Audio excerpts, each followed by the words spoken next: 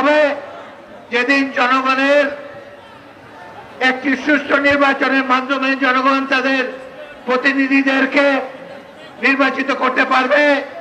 যে গণতন্ত্রের জন্য আমরা 17 বছর ধরে যুদ্ধ করেছি, সেই দিন সেই সুষ্ঠু নির্বাচনের পর ইনশাআল্লাহ বাংলাদেশের মাটিতে গণতন্ত্র আবার প্রতিষ্ঠিত হবে।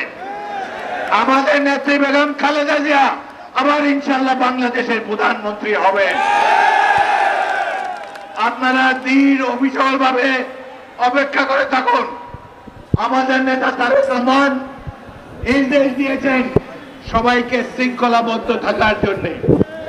বিএনপি শহীদ জিয়ার দল, যার আদর্শ দেশপ্রেম সততা কিংবদন্তি, আমরা জিয়াউর রহমানের দল হিসাবে এমন কোন কাজ করব না যাতে করে বিএনপির ফোন করে দ্রুত তারা জাতীয় সংসদ নির্বাচন দেবেন, যাতে করে এই দেশে নির্বাচিত ব্যক্তিদের শাসন কায়েম হয়। সুষ্ঠু নির্বাচনের মাধ্যমে যারাই নির্বাচিত হয়ে আসবে, আমরা জিয়া দল বিএনপি তাদেরকে সবসময় মাথায় করে রাখবো। কোন সন্দেহ নাই, বিএনপি দেশের সবচেয়ে জনপ্রিয় রাজনৈতিক দল। আমরা সংগ্রাম করে এসেছি গণতন্ত্র প্রতিষ্ঠার জন্য, জনগণের ভোটাধিকার প্রতিষ্ঠা করার জন্য।